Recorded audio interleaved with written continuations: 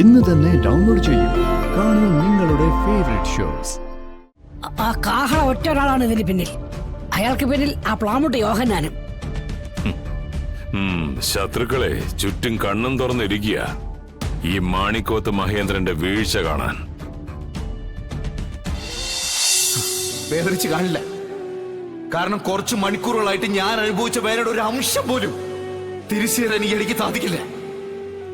എടി, ഇവളെന്റെ ഭാര്യ മാത്രമല്ല, ഈ ജില്ല ഭരിക്കുന്ന കളക്ടർ കൂടിയാ. ഇവിടെ ചില വീട്ടമ്മമാരെ പോലെ ചിന്തിക്കാനോ അധപതിക്കാനോ പാടില്ല.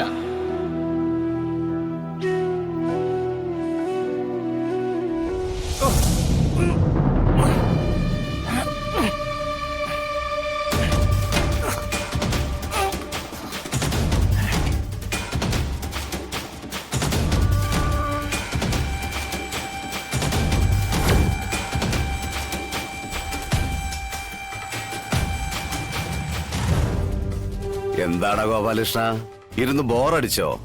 നീ എന്ത് ഭാവിച്ചാടാ? കാടാറു മാസം നാടാറു മാസം എന്ന് പറഞ്ഞ് നടക്കുന്ന ഞാൻ, ക്ഷേത്രങ്ങളും വീടുമായി നടക്കുന്ന എന്നെ നീ പിടിച്ചുകൊണ്ടുവന്ന് ഇവിടെ ഇട്ടിട്ട് എന്ത് ചെയ്യാനാടാ? കുടുംബമായിട്ട് താമസിക്കുന്നവരെ പിടിച്ചോണ്ട് വന്ന കാണാനില്ല എന്നും പറഞ്ഞ് പരാതിയെങ്കിലും കൊടുക്കും. എന്നെപ്പോലുള്ള ആൾക്കാരെ കൊണ്ടുവരുന്നവന്റെ തലയിലാ, ഇല്ലെങ്കിൽ പട്ടിണിക്കിട്ട് കൊല്ലണം. എനിക്ക് വീണിടം വിഷ്ണു ലോകം. നിന്നെ പിടിച്ചോണ്ട് വന്നതേ അടച്ചുപൂട്ടിയിട്ട് നിന്നെ ദ്രോഹിക്കാനോ ക്രൂശിക്കാനോ ഒന്നും അല്ല. എന്നെ കൊണ്ട് ഇതും ഇതിലപ്പുറം നടക്കുമെന്ന് കാണിച്ചു തരാനാ. ഉദ്ദേശം എന്തായാലും ഇവിടം വരെ ഓക്കെ, ഞാനും സമ്മതിച്ചു. ഇനി ഇവിടുന്ന് അങ്ങോട്ട് എന്താ നിന്റെ പരിപാടി ഒന്നറിയാൻ വേണ്ടിയാ. ഞാൻ നിന്നെ കൊന്നുകളയുമെന്ന് നീ ഭയപ്പെടുന്നുണ്ടോ? ഒരിക്കലുമില്ല. അതിനുള്ള ഗട്സ് ഒന്നും നിനക്ക് ഇല്ലടാവേ. പിന്നെ ആന കാണിക്കുന്ന പോലെ ആട് കാണിക്കുന്നിടം കീറുമെന്നല്ലാതെ യാതൊരു ഗുണം ഉണ്ടാകാൻ പോകുന്നില്ല. എന്റെ കൈക്കുള്ളിൽ നിന്റെ ജീവൻ കിടന്ന് പിടക്കുകയാണ്.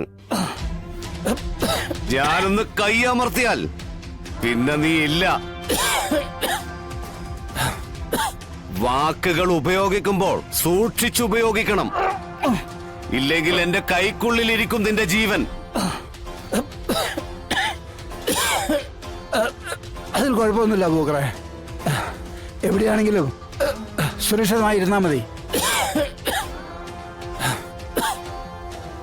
നിന്റെ കൈക്കൊമ്പിലാണെങ്കിൽ വിശ്വാസം ഉറപ്പും കൂടുമല്ലോ. നിനക്കൊരു പരിക്കും പറ്റാതെ ഞാൻ നിന്നെ സ്വതന്ത്രനാക്കാം. പക്ഷേ എനിക്കറിയണം എന്റെ മകനെ നീ എന്ത് ചെയ്തു എന്ന്. ഇത് തന്നെയല്ലേ നീ കുറെ നാളായിട്ട് ചോദിച്ചോണ്ടിരിക്കുന്നത്? നിന്റെ സ്വാധീനം ഉപയോഗിച്ച് ഐജിയെ കൊണ്ടുവരെ ചോദിപ്പിച്ചില്ലേ?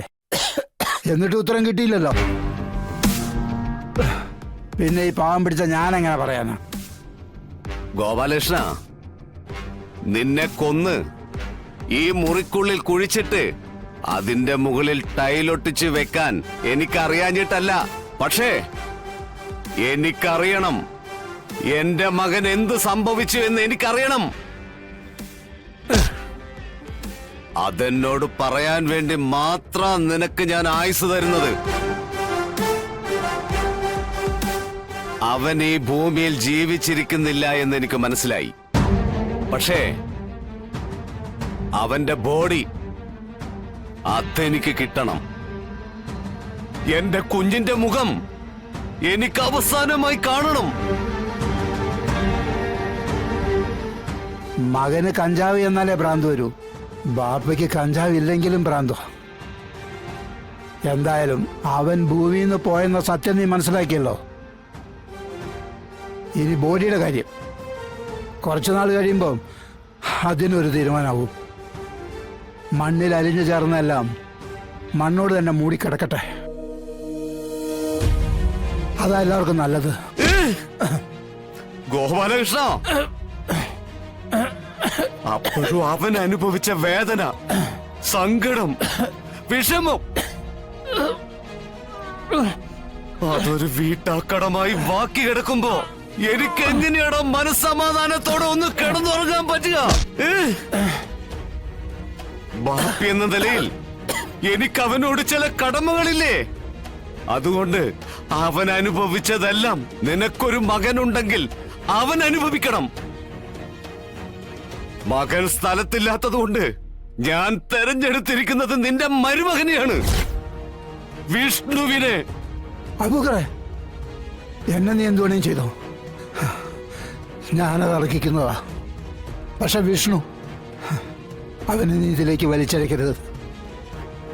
നിനക്കെല്ലാത്തിനും കൂട്ടുനിന്നു എന്ന് ഞാൻ വിശ്വസിക്കുന്നതേ നിന്റെ മരുമകൻ വിഷ്ണുവിനെ തന്നെയാ.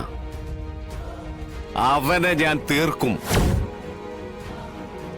അത് കാണാൻ നീ പുറത്തു വേണം ഗോപാലകൃഷ്ണ. നിന്റെ മകൾ ശാലിനി വിധവയായി മാറുന്നത് നീ കൺകുളിർക്കെ കാണണം.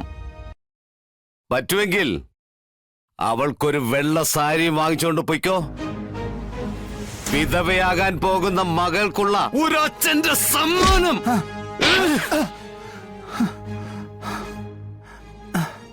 ഇതൊരു സാമ്പിൾ വെടിക്കെട്ടാ. ഇനി വരാൻ പോകുന്ന ഗർഭം കലക്കി പൊട്ടാൻ പോകുന്നത് വിഷ്ണുവിന്റെ നെഞ്ചത്താ. മനസ്സിലായടാ ഗോപാലകൃഷ്ണ?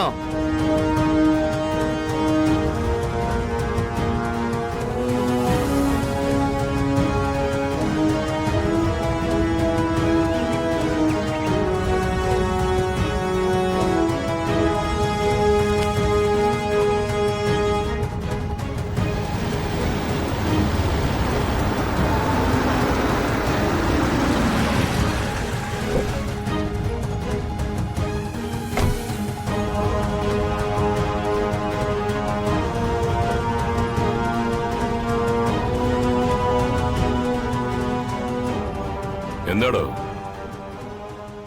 തന്റെ കണക്കുകൂട്ടലുകൾക്ക് മീതെ വട്ടമിട്ട് പറക്കുന്ന ഒരു കഴുകനെ എനിക്കിപ്പോ ഇവിടെ ഇരുന്നുകൊണ്ട് തന്നെ കാണാമല്ലോ. എന്താ ഉണ്ടായേ?